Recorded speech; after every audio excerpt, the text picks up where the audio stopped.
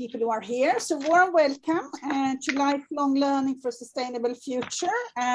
Please meet your INSEAD Alumni Sweden President, Andrew Kristensen. Yes, hello everyone. Good to see you. We're very excited to have a short webinar today about the topic of lifelong learning. We have two very interesting speakers that we invited for today. And before we get into that, just to give you an update on the purpose of these kind of webinars is, of course, to keep the alumni and other of our colleagues in the industry and in our business networks updated on international business topics, and also to really share knowledge, exchange knowledge, and network as much as we can through digital opportunities like we have today. So we have two very interesting speakers today that Liselotte will shortly present. And then we have Liselotte, who is my fellow board member on the INSEAD Alumni Association Board in Sweden, as well as Alfonso Paradinas, who will help us when we get to the Q&A session.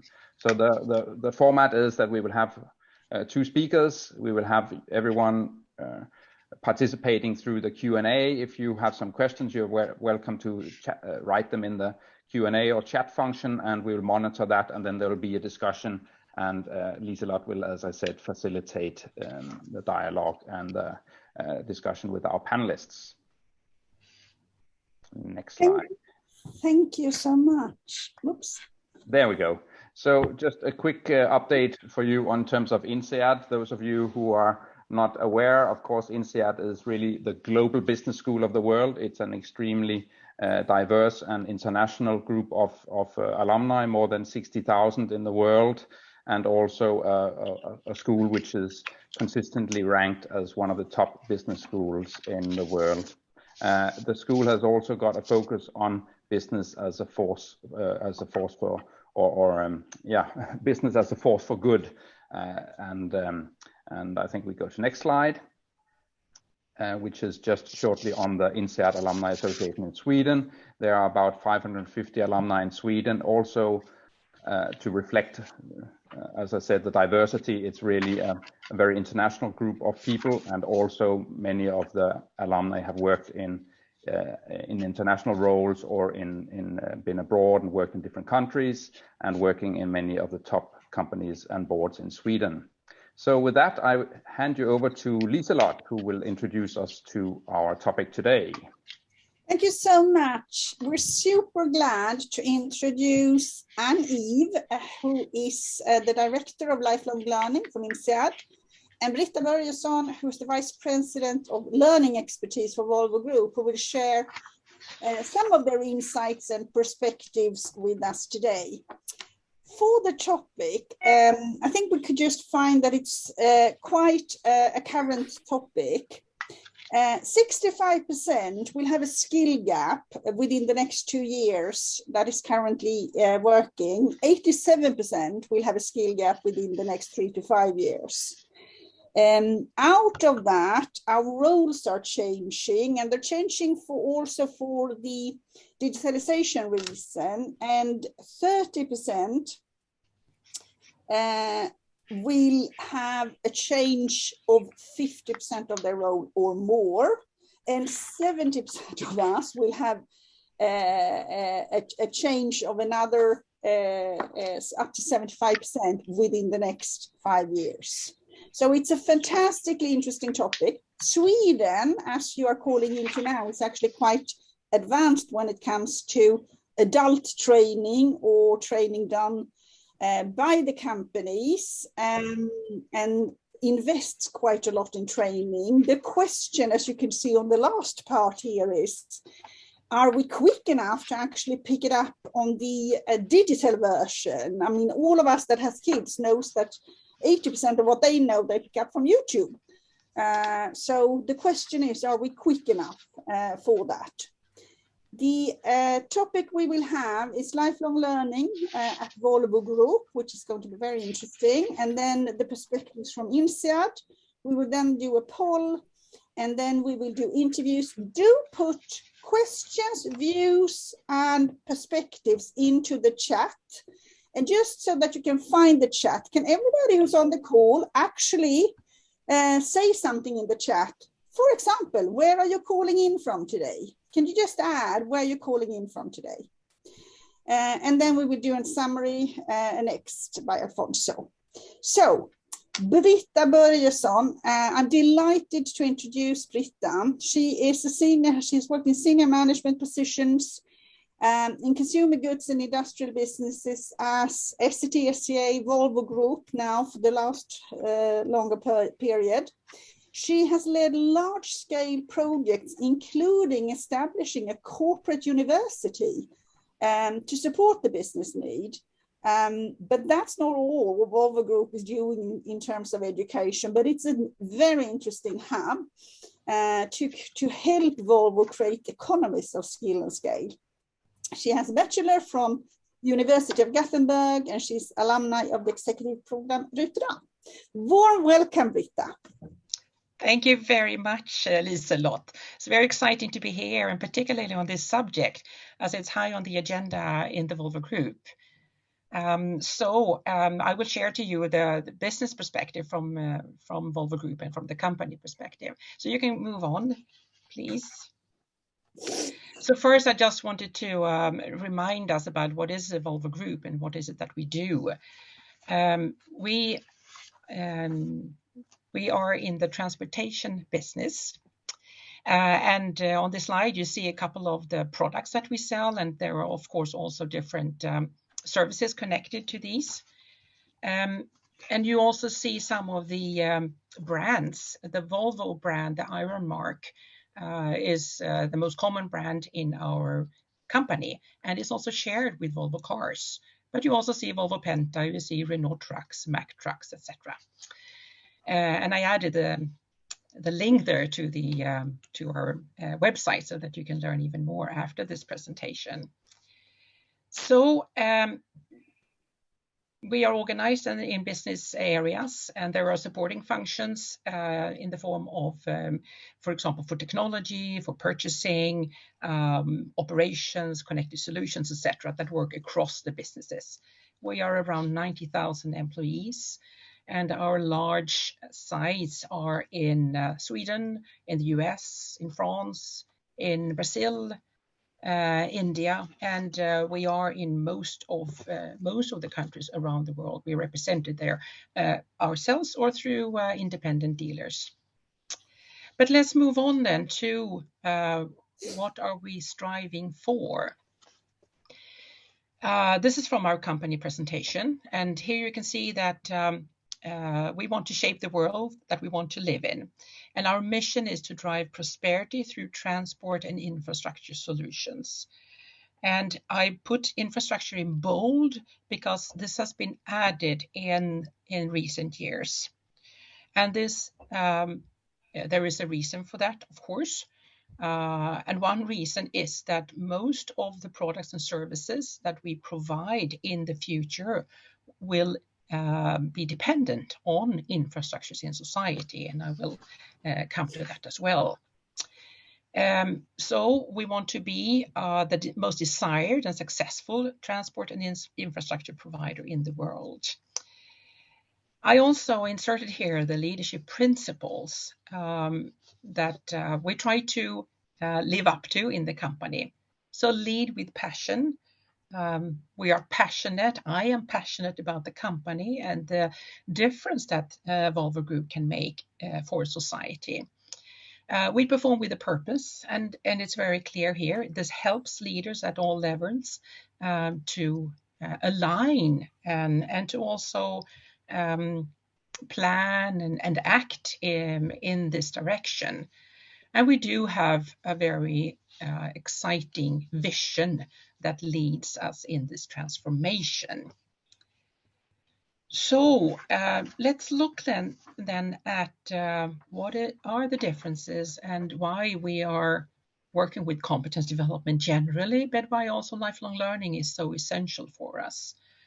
In this picture, you see an autonomous electrified or fully electric bus.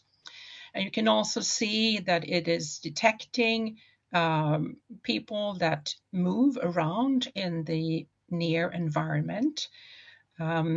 So here you have electromobility, you have connectivity, and you have automation and autonomous vehicles all in one slide. And some of the competences behind being able to develop, produce, market, service, etc., these vehicles and the solutions connected to that are, for example, AI, machine learning, could be blockchain. It's a lot about cybersecurity, pure programming, data analytics for specialists, but also for leaders. Robotics in our production operations, for example, business analytics, digital business, service design, and of course, agile ways of working, a lot of different activities in this area. So this is one example of the impact of our strategy and our strategic direction and the ambition that we have. And we as a company, we aim for being 100% fossil free in the products that we deliver. And we work with science-based targets. And you can learn more about that on our website. So thank you, Liselotte. You know this well now. This is why lifelong learning is so important. This is our people and culture strategy. It's truly connected, leading the way, sustainable for real, and in constant motion. These are the headlines, you can say. And you can see here that through business-driven lifelong learning and constant development, we grow together. So it's very clearly spelled out that we work with lifelong learning. And on the next slide, I said in one of our preparation meetings that lifelong learning it's not really anything new, but it's very very critical at this point in time in our world. So we have defined, and we are defining lifelong learning as in acknowledging that continuous learning is important for an organization to evolve. We provide opportunity for growth, and growth for every individual, for the team, and also for the organization. And you can see there at the bottom also the European Community definition from 2000, if you're interested in this. So let's look at then, what is continuous learning? It sounds very exciting. On the job is one of the most common ways that we learn. And if we look at what we as adults today, what we are able to do, our competence and our abilities, they come to a vast majority from on the job, practicing, succeeding, but also failing, of course. Then at the bottom, I also put formal learning. Formal learning is really providing the knowledge base for learning. And then around this circle, you can also see a number of other types of ways then to learn. So we have up to the top right, you have test and try. I do a lot of test and try. Today I tested and tried and failed. Just getting into this conference, and in the Volvo group we are going fully into Office 365 with a lot of new applications, but also old applications that work in different ways. So I have the memory, my body memory, and sometimes I just need to stop myself and slow down because my fingers go quicker than my brain, for example. To the left, if you look at assignments and projects in the middle of the circle there, I think this is a very common way in a company also to select and elect people to join new projects. And it can be, of course, also that I myself, I put up my hand and say, I'd like to join. I want to learn more about this, for example. So, for example, the project that I was engaged in establishing the corporate university in the Volvo Group, I learned a lot through that project. Then also teaching others. To the right, you can see they're teaching others. And here it's a lot about how we work with internal trainers. And we do that a lot. Different specialists and people with leadership skills, etc., that engage as trainers in our trainings. And I will share more around that. But before we leave this slide, you see that we have the mission and the vision, what we're striving for, the purpose of our organization and our company, which guides us, guides me as an individual. So I can picture myself in the future. I can understand what are the competences that are requested and needed. And I can also find ways then to acquire those competences and abilities. So the arrow behind here says self-directed. So with a very transparent communication about where we're heading, I as an individual, I can take charge of my own development.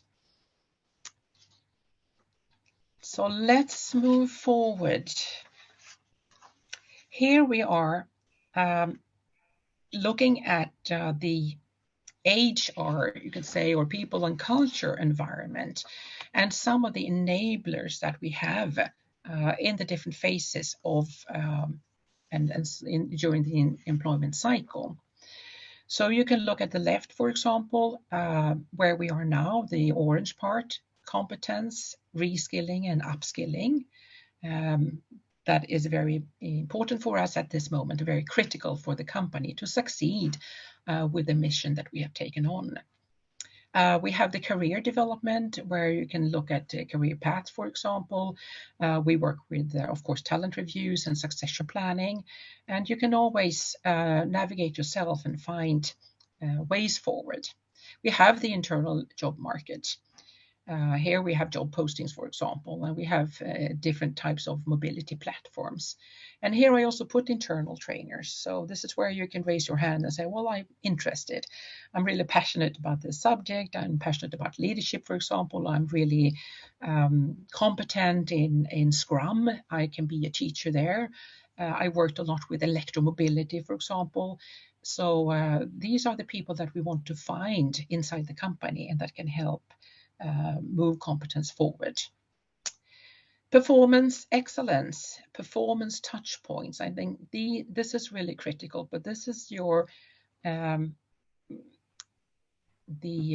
point in time when you can reflect together with your boss, and you can reflect on your own, of course, and where you can realize that you have moved forward in your own competence. And it's also an occasion where you can document what you have learned and how you have progressed.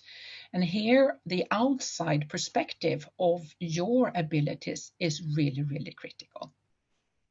It's not easy to sit down yourself and find out, and it's much easier if someone says, well, Britta, I noticed that you have moved forward, or now you are able to do this, and that's really, really good. And then finally, rewards and recognition. And when we talk about our internal trainers, being an internal trainer is recognition of someone's competence. So this is one part. And of course, it's also reflected in compensation and awards, for example, that we work with internally.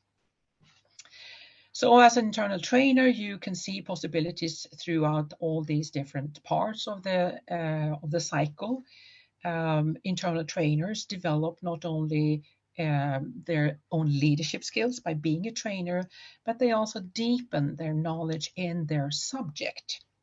To train others demands that you have really deep knowledge in your own subject. So let's move forward. Here is an example. I will not go through it, but you can study it. This is a cross-functional learning where engineers and purchasers go out in production and they learn, they look at their components, how they are, for example, mounted on a vehicle in production. and they can learn from that, and they learn from their colleagues in production. So that's a really neat program. And next, Liselotte, and then we are almost finished here. So we have thought about lifelong learning and who is really driving this. And we can see that it is, of course, the individual that is driving, and I take responsibility then for my own development. It is also the prerequisites and the surrounding, the context in the company, if you look at the third principle, or communicating a clear strategy, and we have looked at that. But what we find also is that the team, my working team, it can be a management team, it can be a project team, and it can just be a regular team somewhere in the organization. This is really where we expect the teams to translate their view and their take on the vision and mission, and what do we prioritize in our organization, and where we also can detect then gaps and possibilities and opportunities to develop as individuals. So to summarize, bring us back into society, Liselotte.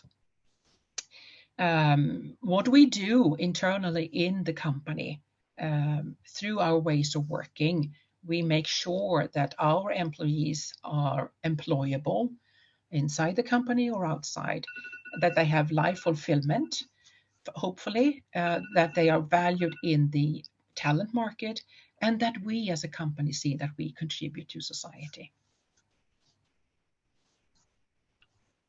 Thank you so much, Britta. So interesting. I have 100 questions, and I'm sure the audience gets spurred with a lot of questions as well. I mean, how much time will you invest? This team principles, there's a lot of things we want to know more about, but maybe if we just hold that for a second and we take in the perspective from Anne-Eve, and then we'll get back to the questions. Thank you so much, Britta. So Anne-Eve, she's the director of lifelong learning at INSEAD, and she has a long background from management consulting, but then also she's been a marketing director for Tesco in different jurisdictions. She's worked with retail and putting these up, and absolutely know how it is to also educate a lot of people quickly. She's been the chief growth officer for EdTech, a startup which is called Gnobe. Somebody of you might have heard about it. That is actually looking very much to the EdTech area. And now she's responsible for the lifelong learning at INSEAD, where she's defined and set up programs for the alumni group. And she's also a board member of the German European School in Singapore, and she's been the INSEAD Alumni Association board member as well. She holds an MBA from INSEAD and a Master of Arts in European Studies from the College of Europe. I think some of these educations also tells a lot about her human interest that comes very well here. Warm welcome, Annie. Thank you very, very much. I try to be brief so that we have a bit of time left at the end for discussion. So these are the three areas I want to cover quickly. Lifelong learning from my perspective, then lifelong learning at INSEAD, and a bit an outlook into the future. Look, I think the world has fundamentally changed, and I believe that lifelong learning has really become a critical survival skill. If you look at the generation of my parents, my father, he studied medicine. In his early 30s, he specialized in ENT, and of course he did his professional continuous education to keep his license, but he's still practicing in his early 80s as an ENT doctor today. So very linear. If you look then at me and our generation, as you've seen, I have 3 degrees and I'm quite curious. And I didn't have a linear career. I tried different roles, different jurisdictions, different industries. Now I'm doing learning innovation, but I originally started in retail marketing, so a long way. And then if I look at my kids, my kids, they are now teenagers, they are definitely digital natives. I am never sure if they learn more at school or on YouTube. And their career, if I look ahead, I think it will be multiple gigs. Hopefully this will somehow form into a purposeful career, but I think there's a lot of uncertainty around it. If they ever go to university, depending on what they want to do and do a 4-year degree, I'm doubtful. Next slide, please. So I fundamentally believe that it's a brave new world, and lifelong learning is a response to that. I mean, there's a lot around change, and that change is different. You know, what I liked, I looked at one of the Greek philosophers, and they say the only constant in life is change. So even the old Greek believed that life is constantly moving. It's true, but I think that fundamentally the new quality is the acceleration of the change and also the disruptive change. I think in our generation, we will have disruption several times. It's not one big change, but it's on an ongoing basis. And I think that can be pretty stressful. It also means for jobs that jobs will keep disappearing several times in our lifetime. And if you want to be positive about it, it also means that new jobs and opportunities will always emerge. You know, there's new societal challenges that need to be tackled. But I think the crucial question for me is, and this is what the picture refers to, you know, transitioning, or maybe transitioning is not even the right word, moving from one world to the next. So the next big challenge is the digital world. It's not straightforward, it's not obvious, it's not easy. I think this is why we're here today, to trying to see what are different players doing. Next, please. So in my, so against that background, I really see lifelong learning in a more precise sense, that it's ongoing, and because it's ongoing, it can't be massive, it's small and it's frequent. As Britta says, I very much agree. You know, a lot of the learning is actually informal, including workplace and social learning. You learn here, you learn whatever you basically do if you have an open mind. It doesn't have to be expensive at all. It often can be quite cheap and accessible. And I think fundamentally new quality is that this kind of lifelong learning, you focus on your skills, things you can really, really do, less than a degree that is proving some official that you went through a certain program. And very, very important, and this will link later to who's responsible, it's self-motivated, it's self-directed. If you don't take care of your learning, you know, like, nobody else will. I think it's very, very important that we are all aware that we are the master of our destiny, and that definitely includes the learning journey. Next. Now, lifelong learning at INSEAD has been driven by this original vision of our Dean Ilian, who wants to establish this global learning community where faculty and alumni come together. Faculty more from the research side, alumni more from the practitioner's point of view. And we do this jointly in support of the school's mission to be a business as a force for good. So this is fundamentally the driver. If you look at the values, they are very, very INSEAD. It's rigorous, so the content we provide must have the quality that we expect, must be relevant, and relevant, more precise, and lifelong learning is curated. There's so much content out there. So what we try to do is lifelong learning, help you guide through the jungle of content that is available. Second, the way INSEAD has always been teaching, again, its core competence is it's engaging. Yeah, we heavily, can you please go one back? Yes, sorry. We learn from each other. We don't learn top down. It's very, very social. And I also strongly believe that learning should be fun. You know, if you're emotionally happy and then enjoy things, the chances that learning is effective and is sticky is much higher. And last but not least, no, INSEAD in itself it's a high quality, one of the best schools in the world. The degrees are very expensive, and compared to that, I strongly believe that lifelong learning should be very, very accessible. So as much as possible, it's free or at really, really at low cost, so that price is not a barrier to participate. In the interest of time, let's skip the next slide and move straight to page 31. Ooh, I can't, let me see this. Sorry about that. I need to go back in and see which one is 31. Or just show it briefly, it doesn't matter.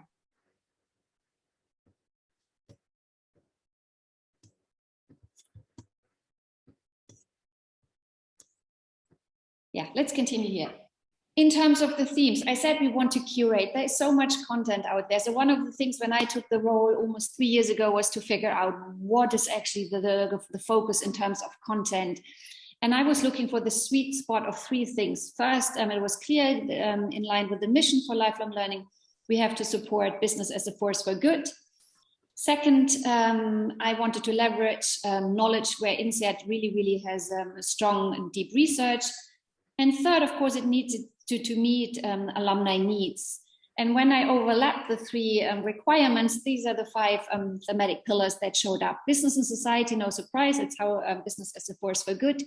Digital innovation, there is so much demand. You know, this is the most, the area where there is most knowledge needed. Career development, very important, given that the world, as I've shown, is rapidly changing. We want to support that alums think about their personal career development. Leadership, this is a core competence of INSEAD, no doubt. This is why we're here. And 5th, entrepreneurship. One of the statistics says that 50% of all INSEAD alums at some point in their career are entrepreneurs. So this is a very important pillar for us. So these are the 5 thematic pillars. Next one, please. And I wanted to get a bit your feedback in the chat, please. Among those who do lifelong learning for different business schools, we collaborate a lot in the alum segment. We don't compete, you know, because once you're an alum, the decision to which school you go has been taken. And there is a bit of a debate, how do you really position lifelong learning? Should it be more like, if you look to the left, is it more like what we do here in the webinar? It's easy, it's light, it's more to raise awareness, to get you interested into topics. And then some people who are against this, they would call this more edutainment, not the serious learning. So is that more where we want to position lifelong learning? Or if you look to the right side, is lifelong learning, should it actually not lean more towards like what we do in executive education, proper deep program learning, serious, probably a bit more paid? Would be interesting to get your views. So more towards edutainment or more deep learning. Where do you see lifelong learning at INSEAD? Where would you want to see it at any time in the next 20 minutes? Next slide, please. If we then look into the future of lifelong learning at INSEAD, I just wanted to share 5 pillars we are thinking and working on. There is the Netflix of learning. That's the idea to unbundle some of our executive education programs and offer them on demand. This links to the second pillar, personalization. You know, not everybody has the same learning journey. Can we personalize this more? And linked to that is the third pillar, a business model. At the moment, as I say, it's mostly free. Should we move more to a subscription service? I think there is a lot of debate internally at the moment. And then at the bottom, the 2 pillars, peer-to-peer learning. I strongly believe we are such a powerful alumni body. There's so much knowledge there. I would love to activate more and more. We have launched last year iLink. It's a peer-to-peer advisory platform where you go in as an alum, you say, these are my areas of expertise where I'd like to advise my peers on, and this is the amount of time I dedicate. And then if I have a question around a career or an industry switch, whatever, I go into the platform and look who is available. And in terms of content, you know, there's always the question, how do we evolve content? Should we move more away from knowledge, more towards skills and mindset? Constant debate. So these are the areas we are looking at to evolve. Next one, please. And then from there, though, if we can then move from INSEAD into the broader future of work, in one of our pre-discussions, Liselotte asked which are the skills that are needed. You know, like I wish I had the crystal ball. I think if we're honest, we don't know the exact skills. It's a fast, rapidly evolving environment. But I think what is very important, given the environment, there is a set of core skills and attitudes that are definitely necessary and helpful. And for those who are interested, and this is my last slide, there has been recently a study published by McKinsey, and I thought what they have done very well, they have defined 56 foundational skills that will be relevant in the future of work. And I think we can't go through all of them, but I think the 4 areas, they put them into 4 buckets as a good consultant would do. And the 4 buckets are cognitive, interpersonal, self-leadership, and of course, digital. They also did then a gap analysis, and the biggest gap was in the digital area. So I thought, so for whoever is interested, I think it's an interesting read. It's a short article. I would suggest to continue there. And I think at that point, I can stop it because I'd love to engage in the polls, and then we can discuss more. Over to you, Liselotte. Thank you so much. I actually think we skip the poll and we go for this discussion and actually have people comment in the chat directly. So who is it really that is responsible? What do you think? Is it the individual? Is it the company? And where is the role of government? It's easy to say that it's the company, but if most of us are employed in 5 companies, who then is responsible? Or is it only me?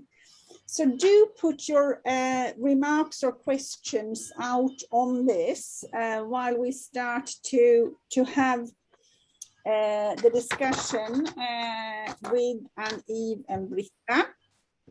And I will take this away and you can have the discussion on there.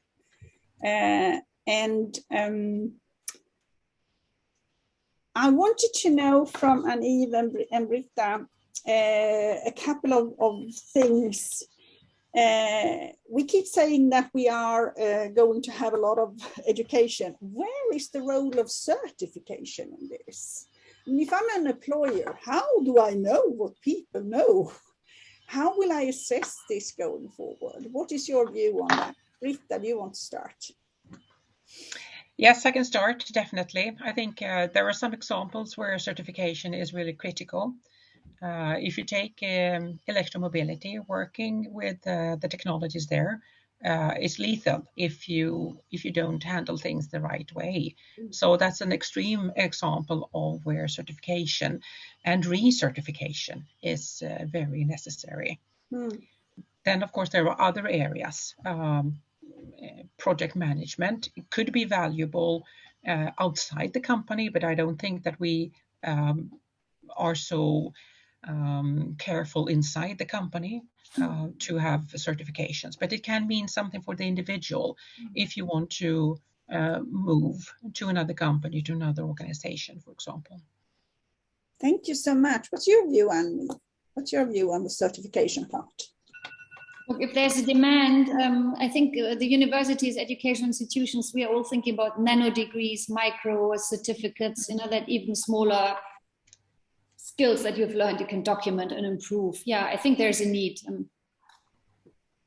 And before I go on, Andrew, do we have any questions in the chat? Yes, we do. We have several questions. So one of them was for you, Britta, in terms of when you were going through the focus from Volvo perspective was on the talent management pool. That's something you didn't mention about. Do you have something to say in terms of the talent management pool? Yes, of course. We do work with talent management. It maybe wasn't visible in the employee cycle, but definitely. Then how we work with that, I think it's a lot, how should I say, very natural. So you have your contacts and you know organizations where you would find certain competence and experience, for example. But then, of course, it's also very organized. There are supporting structures for it as well. It is part of the regular performance reviews, for example, in the dialogue with your manager. And also, of course, there are certain paths or activities that you can join into to become more visible and to show what you're able to do. So a variety of activities and things. Is that a good answer? We will see if the participant is happy with the answer. Otherwise, you're welcome to keep chatting about this. Then there was the topic of funding. I mean, you've kind of touched that, Liselotte, and also both of you, but the topic of not only whose responsibility it is, but also in terms of funding. So how do you see lifelong learning being funded both today and going forward? Maybe you want to start, Anne-Eve, on this one. Yeah, look, I think, again, this is a bit of a shared responsibility. Companies, I think it's great what Volvo is doing, and I think it would be great if there is also some support from the company in terms of time and resources that employees are able to develop for the time beyond their role, the current role. I think this is important. INSEAD, as I say, we try to keep it as accessible as possible. We have also opened it up now to alumni, what we call friends. It's basically the public, anyone can participate for the webinars, at least for free. You know, it's digital, it doesn't cost us anything else. So this is really something where we can easily give back. I'm just coming back from Singapore. Singapore, they have a big skills future program where they give every citizen the equivalent of, what is it, probably €320 per year, where... Whoops, I think we lost you. Okay, let's move on. Did you have any other questions? There's a lot of creativity needed. It doesn't have to be expensive necessarily. I think that point I really would like to make. I think we all got very curious now about the €320. Where is that pocket for us? That's very interesting. Andrew, did you have any other questions that we should bring up?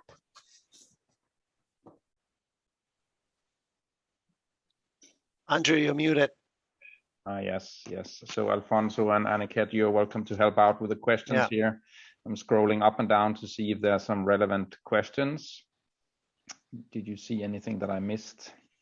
So I think that if I look at the group, we're a very small group now on the team, so you can all take up and actually put yourself on camera and be part of the discussion. I think I can see a lot of people. Annette, hello Annette, super good to see you. Claes, Ingvild, I think you all have good experiences and you can come in and communicate around this.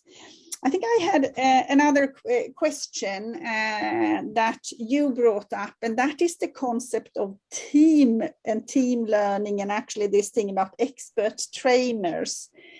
And if I think about both all of my career as leader and especially now as boards, there's a huge remit to actually learn together.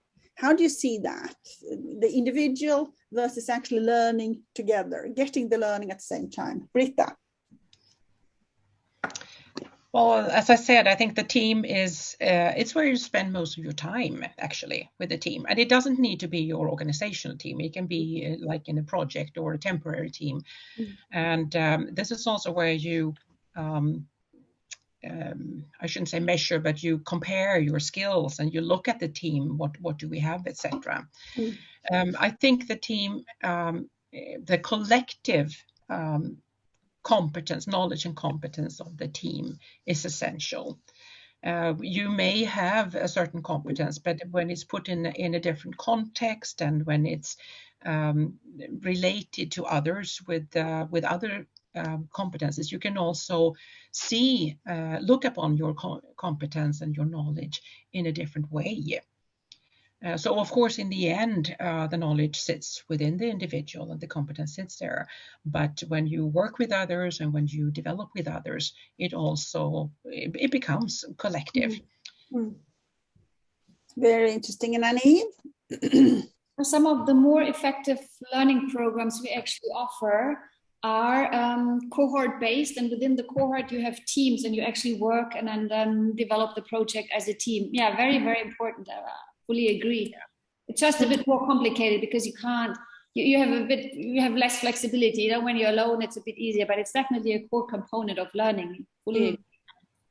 And we use it a lot. We use it particularly in leadership because it enhances not only the ones who need the new competence or skills, but it also deepens then the competence with the ones that have experience. But we are starting also to use it in, for example, in technology areas. And of course, again, the internal expert specialists, they play an important role here as well. And if you take Britta, very much from a company perspective, I mean, we could all spend all of our time learning, right? I mean, we could just be there. How do you kind of guide the balance? This is how much you should spend on learning, and this is where you need to deliver something that we can charge from the company. How do you balance that, and how is the discussion around that? I think that to a large extent, this happens quite far out in the organization. We are back to the teams, for example. So with the strategy, with the ambition that we have in the company, it's interpreted at several levels, and it's quite clear what we have to deliver. But it's also quite clear, or becomes very clear, what is it that we need to develop in terms of our collective competence and abilities. In some areas, we have quite huge upskilling or reskilling, and then of course that organization put a larger amount of time and money also aside for this. In other organizations, it's more incremental and it happens in the day-to-day. But I think when I listen to the organization and see what they are planning and what they're asking for, the demand for learning new things and developing skills is very high at this moment. So I would doubt that any organization has 0 hours or 0 money. But it's put in relation to the mission of that particular activity, that particular operation, and then also what needs to be delivered. So it is balanced, but it looks different. Liselotte, we have quite a few comments and questions also from Keith. Please go ahead. So Keith, maybe you want to ask directly and come with your comments and input. Yeah, well, lifelong learning, I like it very much, of course, but I've seen also some downsides. One is in the beginning, for example, the focus is too much on functional learning. So you need to learn a specific job rather than on, let's say, what I call horizontal learning. So take knowledge from other functional areas, and you can do that, for example, do teamwork or do assignments. Many companies are so hierarchically structured, and the question is, of course, how do employers look at it? So we have, for example, a Volvo example, but most 80% of the employers are looking as if you do lifelong learning, it means you didn't do any job besides learning. So the question is, how do you change this mentality of employers looking at a CV where people have done tremendous learning journeys, actually? And I'd like to hear the opinion, let's say, how Volvo came to the lifelong learning mission, actually. I think that the origin of the need for lifelong learning and why it is on top of the agenda today is because of our mission as a company and the role that the company wants to play in society with the transformation to electrified vehicles, with the connectivity, autonomous vehicles, and all the services around that. So it's really triggered by a quite big change in the direction, or a stronger focus on not only the vehicles but also the infrastructure. It makes a lot of difference. Digitalization is a large part of this, of course. Super interesting. Was that okay, Keith? Yeah, that's okay. That's okay. Yeah, thank you. And thank you so much for joining us. Annie, I also wanted to, this puts, it puts a lot of strain for Volvo to actually do all of this investment, but it also puts a lot of strain on business schools, universities, education institutes on the business model. So how is that discussed at INSEAD, and how do you see that evolving? It's very, very early days. So as I said, at the moment, we try to keep it free. And the way it works is, technology definitely helps. At the time, 10 years ago, we couldn't have done it because, we would have all had to come to campus. And with that, it would have been a huge effort.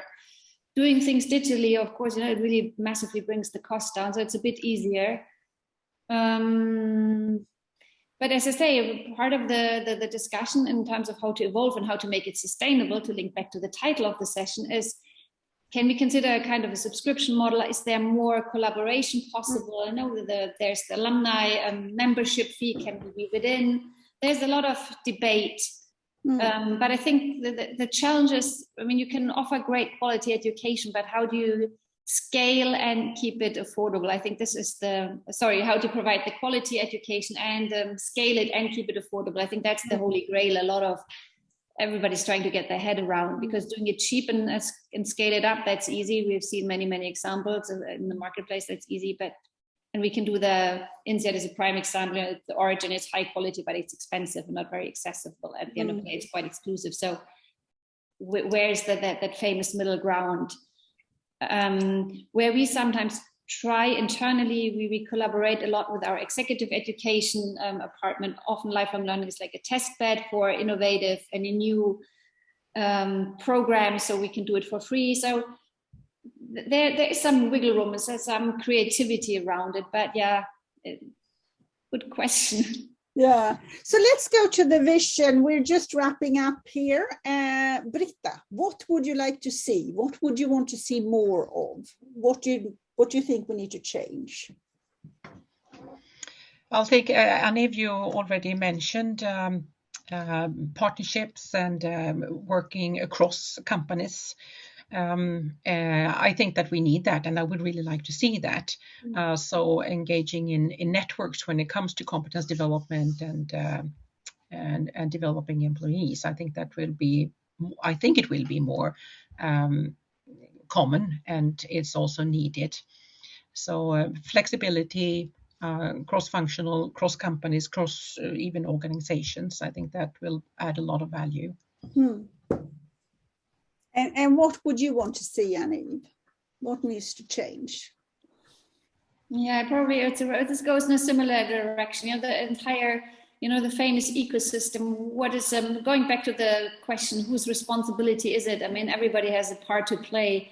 How can we also learn better from each other, share best practice also across countries? Because I believe there are a lot of experiments everywhere now. Is there a way to share it? To do I very much like evidence-based. I mean, it's a trial and error to some degree. It's so new. I mean, to see what works and sticks, and then let's scale it. Thank you so much. I now like to introduce my board colleague, Alfonso Paradinas. Alfonso. I mean, I would like to obviously start thanking both Britta and Annie for their time. I think it was such an insightful, entertaining presentation today. So, yeah, it was a pleasure to host you, even if it was virtually from Sweden.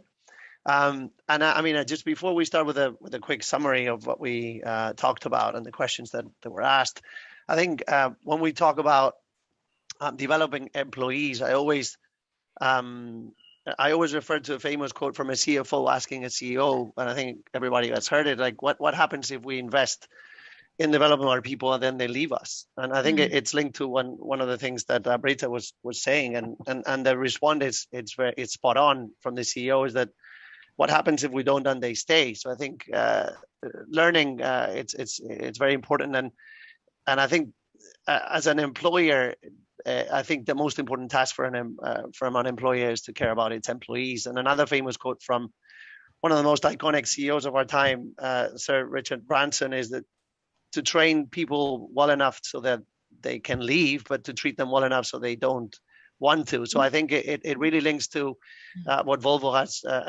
from Britta's presentation, what they're trying to achieve. And it is mentioned in one of your slides, Britta, that Volvo tries to ensure that all employees are employable inside and outside of the company, and they contribute to society, and they also have a fulfilled life. And I think that's very, very important. And then just a few things that Aniv has mentioned. I liked a lot the slide when it comes to the 3 generations, 3 environments and experiences, and the fact that the world is changing very fast. And I think that Aniv mentioned regarding an old Greek proverb that the only constant life is change. So this means that a lot of jobs do disappear, but new ones do emerge as a result. So we have very exciting times ahead. The other thing that, just to summarize, the focus or the vision from INSEAD is that they have to focus more and more on quality of content, and most importantly, that it is more and more accessible. So, and then just carrying on a little bit further, just to summarize and wrap up, and when it comes to the question, who is responsible for this training? And I guess we look at the individual versus the company or the government. one good example when it comes to the government is what Annie mentioned, that which is, I didn't know that, and it's actually quite impressive that the government of Singapore spends 350 euros for knowledge training for each citizen, which is remarkable. But I think one of the key words is to find a balance. I think it's each one has his responsibility to develop talents and skills. And I guess the other thing that was mentioned is to obviously do not reinvent the wheel and share best practices. I mean, we live in a very interconnected and dynamic world. And then last but not least, I think another thing that I got from Key's question, that when looking for a CV, and again, it's a matter of balance, that too much focus on learning means maybe not enough time working. So finding, again, a balance, it's key. To be able to learn, but at the same time also work so you can learn even more. So that's a bit of the summary. I don't know any of my colleagues if I have left anything. And then because we're running out of time, just really quickly, what's next? And I think like we have it's been quite a long time since we haven't not been able to host any physical meetings. But it looks like now we're seeing the light at the end of the tunnel. So I would like to mention that taking advantage of the Global INSEAD Day, we in Sweden, and this is especially or for the people that are members of our association, that we will host at Villa Pauli a Global INSEAD Day. So stay tuned, because we will send more information about the event on the 10th of September. And then the other really, really exciting event that will happen on October the 26th is we have Ericsson CEO that will join Professor Peter Zemsky from INSEAD, and they will talk about leading transformation in the age of disruption. So I think I will really recommend this event, because I think it's going to be quite entertaining and insightful. And then the other thing that we're working on is on social sustainability. So also stay tuned, because we have probably in November, late November, we will have another event to talk about this very interesting topic. And I don't want to go and talk about each one of the other events that the different INSEAD associations have, but you can have a look at the slides that we have on the screen. And I mean, and that last but not least, I really strongly encourage for people within the association or members of or INSEAD alumni that are interested in joining the board, or just have like suggestions or have requests on speakers or topics, to contact either myself or Andrew, the president of the association, or Liselotte or other of my colleagues. But yeah, that's about it.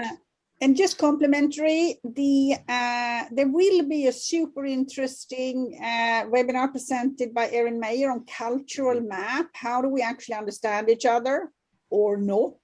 And that we will share with everybody. So that's an open webinar. We really recommend it. Also the one with Professor Zemsky and Börjeson will be open to all, and also the next one. So all of those are also open to all.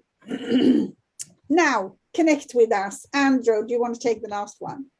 Yes, so we are already out of time, but really I would, you can Google us, you can find us through Google INSEAD Alumni Association Sweden or Lifelong Learning, and you will find links there as well in the presentation that we will send out to you afterwards. So with that said, I would like to thank the speakers for great insight and inspiring discussion and dialogue with all of you. So take care everyone, and have a good day.